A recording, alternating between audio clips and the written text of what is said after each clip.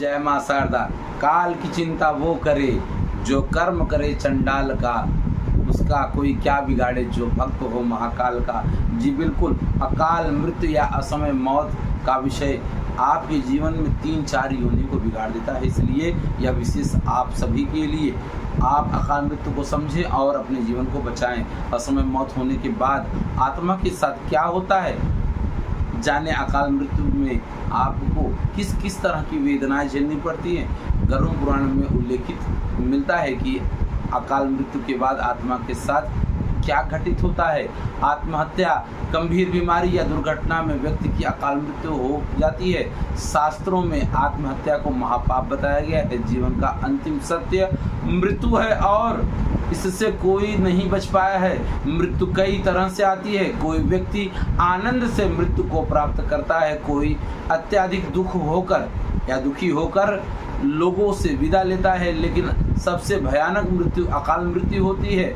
आत्महत्या, गंभीर बीमारी या कोई हादसा, यह सब अकाल मृत्यु की श्रेणी में आते हैं।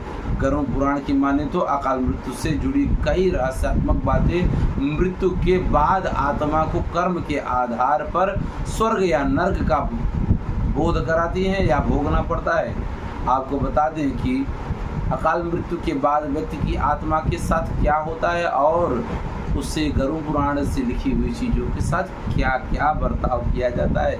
जी बिल्कुल, अकाल मृत्यु कैसे होती है पहले इसके बारे में जान लेते हैं। गरुड़ पुराण के अनुसार भूख से पीड़ित होकर मरना, हत्या के द्वारा मौत या फांसी लगाकर मृत्यु, विष खाने से मौत, आग में जल जाने से मौत, जल में डूब जाने से मौत, सांप के काट लेने से मृत्यु, दुर्घटना में मौत, रोग के कारण मौत, आत्महत्या आदि अकाल मृत्यु की श्रेणी में आता है। इनमें आत्महत्या को पाप बताया गया है। आत्महत्या करना भगवान द्वारा आपको मिले जन्म का अपमान करना बताया गया है। और आपको बता दें गरुड़ पुराण में इस पाप का दुराचार या स्त्री का शोषण करना, झूठ बोलना, भ्रष्टाचार व कुकर्म आदि अकाल मृत्यु के कारण बताए गए हैं। बहुत अधिक पाप करने पर भी व्यक्ति अकाल मृत्यु को प्राप्त होता है। वेदों में मानव की उम्र 100 वर्ष बताई गई है, लेकिन वर्तमान में इंसान 70 वर्ष तक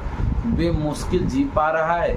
आपको बता दें कि जीवन में आपको अपने जीवन को सुचारू रूप जीने के लिए और अकाल मृत्यु से बचने के लिए आपको भगवान की सेवा निरंतर करनी चाहिए।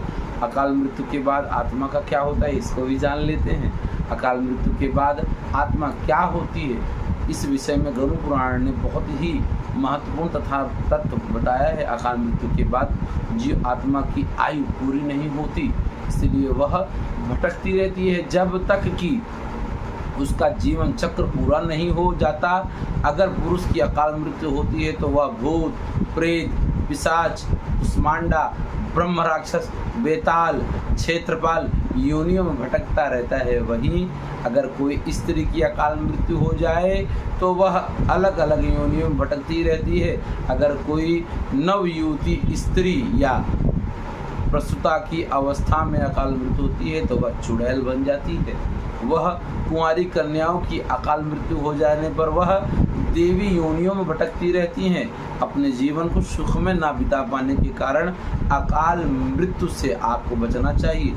अच्छे कर्म से आपकी मृत्यु नहीं होगी, साथ ही साथ शिव की उपासना करने से आपकी अकाल मृत्यु नहीं होगी। इसलिए आपको अपने अकाल मृत्यु की चिंता छोड़कर भगवान शिव के चरणों में जाकर भगवान की सेवा करने से आप अकाल मृत्यु से बचें और कई योनियों के पाप से बचें। इसलिए अकाल मृत्यु से दूर रहें, जिससे आपकी 3 पीढ़ियों में पितृ दोष नामक बीमारी ना आने पाए। जय मां शारदा।